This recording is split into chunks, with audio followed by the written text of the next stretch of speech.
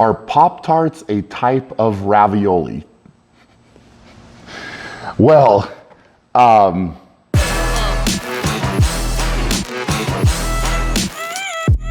have not ever thought of this, and I'm trying to get where you're going with it. With the obviously ravioli is pasta wrapped around some type of cheese or meat or something that's inside, and a Pop-tart technically is a baked, I would say a baked good that has some type of filling inside of it. So, I guess really the question is, raviolis are typically ate with some type of pasta sauce. So if you would be okay with putting Pop-tarts in a bowl and then covering them with pasta sauce, then technically I guess they could be raviolis. This question is from Zach Shreenan 92. What will it take for you to get that 5th title, more body weight? So Zach, I would say that for sure, more body weight will not necessarily equate to winning World's Strongest Man for the 5th time. I feel like right now my height to weight ratio is very good.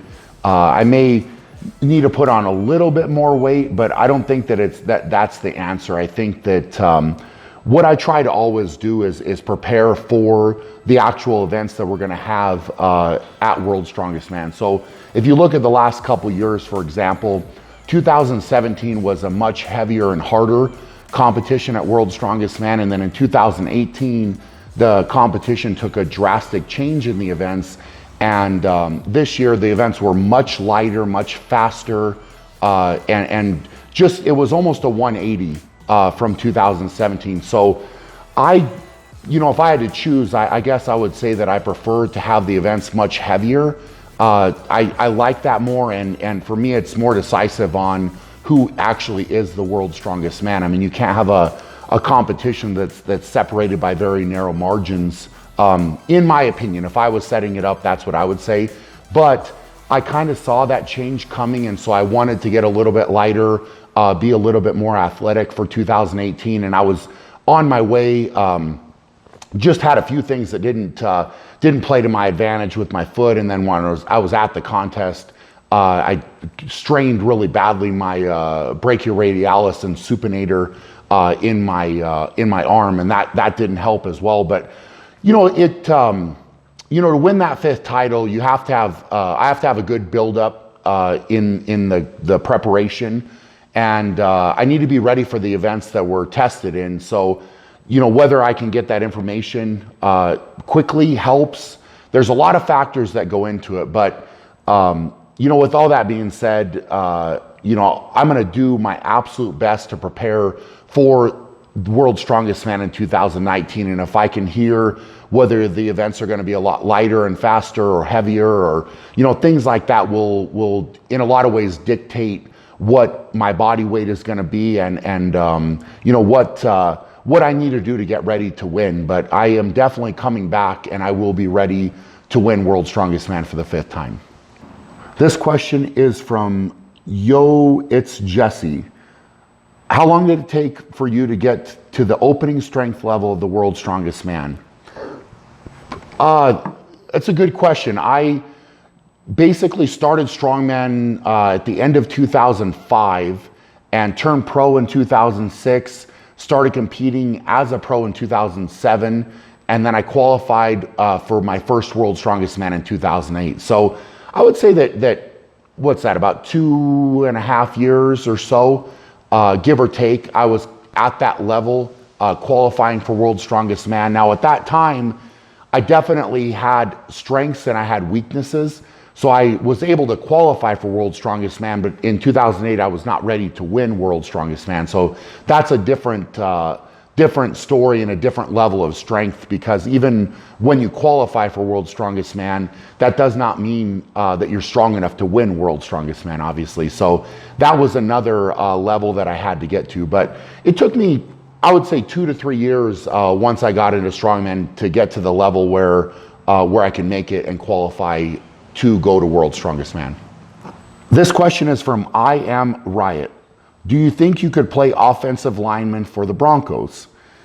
This is a great question, and I get this question a lot, about playing professional football and why I didn't maybe go that route with my athletic career. So to answer your question, I think from a physical and athletic standpoint, absolutely I could have played professional football. Now, on the flip side of that coin, I would have had to start from a young age to learn the game of football and how to play. So it's not something that right now I could step into and play, because all the guys that play professional football have played it for years, and the game moves so quickly that you almost have to know what's going to happen before it happens. So it's not just a matter of being big and strong and athletic. It's that you have to be a great football player. So two different things. And I have a tremendous amount of respect, obviously, for all the guys that play in the NFL. I don't regret maybe not trying harder or going into football. I love what I do as strongman, and I've been able to travel the world and to lift things and to get paid to lift things. So it's worked out pretty well for me, and I definitely don't regret that, but hopefully that answers your question. This question is from Christina F89. How do you keep motivated? Well, motivation is something that's it's a great topic and a great thing to talk about, because there are a lot of different ways to stay motivated, and things that are motivating to me. So for myself, I've always been very internally motivated, driven. I've always had a passion for getting better and for pushing myself very hard, and I'm ultra competitive, so that is fuel to my fire all the time, and I want to improve myself every single day. And it's why I think the sport of strongman is so good for me, because I have that competitive outlet, and it's something that I can on a daily basis work toward getting better and push myself very, very hard. So I've never found staying motivated to be very hard. I've always been able to kind of draw on that and push myself to get better. But there are external factors that are very motivating as well. And now, with social media and the internet, and everybody that wants to sit behind their computer and make comments and that kind of thing, there's a lot of motivation in that as well,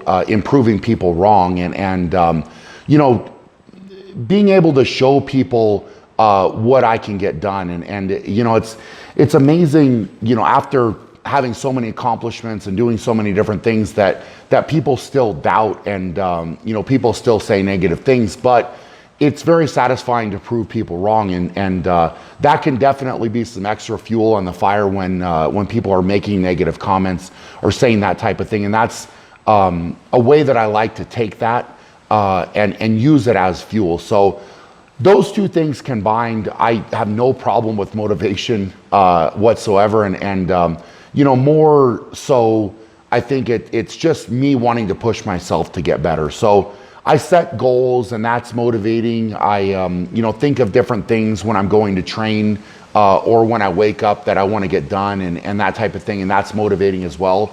So a lot of different things motivate me personally, but if you're asking this question at all for something that'll motivate you, think of those things. Think about internally why you want to do something, where your drive, where your passion is coming from. And then, if there's any external stuff that can help that process, that's great. But I think that really and truly you need to be internally motivated if you really want to achieve something. This question is from Morrow Jack. What's your most memorable lift you've done at any competition? Well, there have been a lot of memorable lifts that I've done through my strongman career, but what I'm gonna do is I'm just gonna go with the first one that popped in my head right when I read your question, and that was the max deadlift in the finals of World's Strongest Man in 2013. And just a little bit of a backstory on this lift. It was the second day of the finals, and I was up the night before. My stomach was very upset. I was on the toilet and didn't get a great night of sleep. And a lot of the guys were feeling under the weather because the food was so awful. The conditions were absolutely horrific for the competition. And this max deadlift was a lift that I was not supposed to beat Zydrunas Savickas in that year. So it was something that I wanted to prove very badly that I could beat him at that. And we went up to a new world record at the time in 2013, which was 442 and a half kilos, which is roughly 974 pounds. Put it on the bar, and I went out and lifted that deadlift, and Zydrunas could not match that lift, so I won. And at that point, that really propelled me to win World's Strongest Man in 2013. So it was a very big moment for that reason, but also because I had only ever tied Zydrunas in a max deadlift competition at that point. I had never beat him. So it was something that was important to me to beat him at that, and then it propelled me to win World's Strongest Man. But under the conditions, it was, looking back, it was pretty unbelievable, you know, and I just kind of got in the right mindset that I was going to do it no matter what, and made it happen. So that, right now off the top of my head, is my most memorable lift. This question is from Stalber Gandrinus. Sorry if I butchered that. Are you planning to win the Arnolds again? Yes, I am planning on winning the Arnolds again. I just qualified for the 2019 Arnold Classic in Columbus, Ohio, and I will be there. I will be very prepared for that competition. I won the Arnold in 2017 by a really comfortable points margin, and they definitely changed the events up a lot in 2018. Took out some of my favorite events in the heavy yoke, which I had done really well on every year, and then the year before they had taken out the dumbbell. So big changes with the events in that contest that I've had to adapt to over the years. I mean, there's been a lot of changes. Every year is a little bit different. So I'm going to try my best to figure out what we have to do for that contest and come in very well prepared for the events that we're going to be tested in. So it doesn't really matter what the events are. I would love to see it kind of go back to the heavy contest, you know, that the Arnold's classically was known for. But I will do whatever they put out there, and I'll be ready to win. This question is from It's Ryan I. What age did you start training at? I started lifting weights when I was around 14 years old. I remember I had to take a basic kind of weight training course at the local rec center to be able to use the weight room and go in there at that age. And so I remember taking that course and then being able to lift weights at the rec center. And then I kind of continued with that when I got into high school, and I was able to use my high school weight room to lift weights. And you know, it's something at the beginning where I got hooked on it very quickly. It was something that was a lot of fun for me.